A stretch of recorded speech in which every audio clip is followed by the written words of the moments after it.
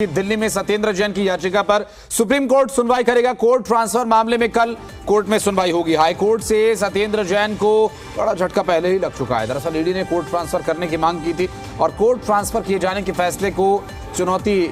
सत्येंद्र जैन द्वारा दी जा रही है और अब इस पूरी याचिका पर सुप्रीम कोर्ट सुनवाई करेगा। दरअसल कोर्ट ट्रांसफर मामले में कोर्ट सुनवाई करेगा। अभी तक इस पूरे मामले को लेकर सत्येंद्र जैन की जो मुश्किलें हैं वो कम होने का नाम नहीं ले रही हैं और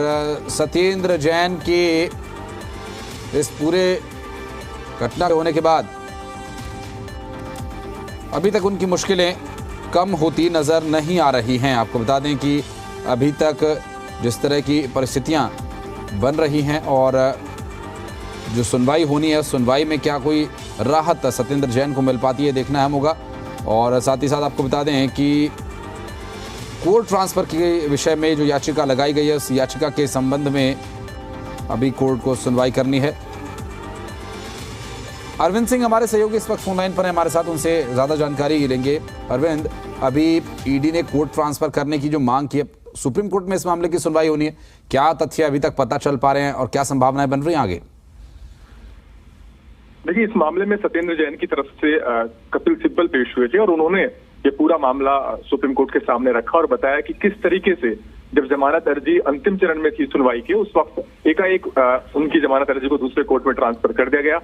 और इस मामले में जो जिला जज का जो आदेश था, इससे पहले उन्होंने हाई कोर्ट में चुनौती दी थी और हाई कोर्ट ने जिला जज के आदेश को बदलने से इनकार कर दिया था। तो सत्येंद्र जैन ने एक तरीके से जो दिल्ली हाई कोर्ट का जो आदेश है उसको चुनौती दी है और जिस तरीके से उनकी जमानत अर्जी को ट्रांसफर किया गया है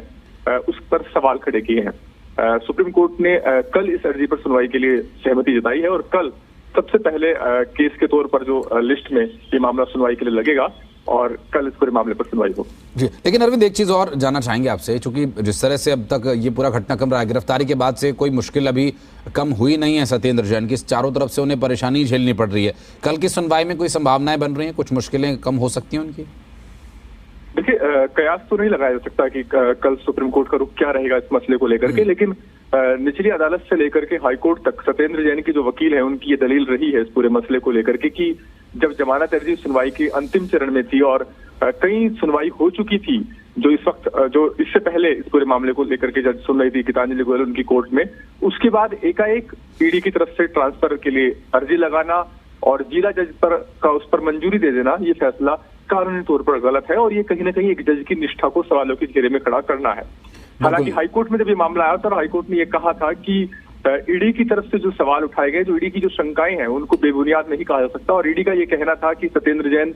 के पास एक मंत्री के तौर पर स्वास्थ्य मंत्रालय और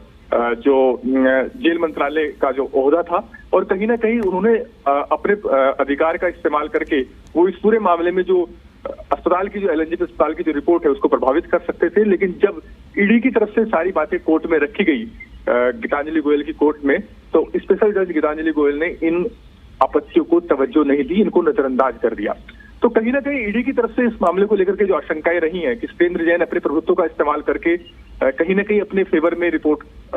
शामिल कर रिपोर्ट जो है वो करा सकते हैं और जिसकी वजह से उनको जमानत मिल जाए, उन आशंकाओं को बेबुनियाद नहीं माना था हाईकोर्ट ने और यही वजह है कि हाईकोर्ट ने जिला जज के उस आदेश को बरकरार रखा था जिसमें उनकी जमानत अर्जी को दूसरे कोर्ट में ट्रांसफर कर दिया गया था। अब सत्येंद्र जैन ने एक बार फिर हाईकोर्ट के आदेश को सुप्रीम कोर्ट में चुनौती दी है। कल सुप्रीम कोर्ट में मामला लगेगा, तब देखना होगा कि कोर्ट का रुख क्या रहता है जी। और चूंकि अरविंद, ये चूंकि जिस तरह से अभी पीआईएल पर सुनवाई भी होगी और आगे की जो परिस्थितियां होंगी इस पर अपडेट आपसे भी लेंगे आगे। बहुत शुक्रिया फिलहाल आपका इस पूरे मामले पर जानकारी देने के लिए।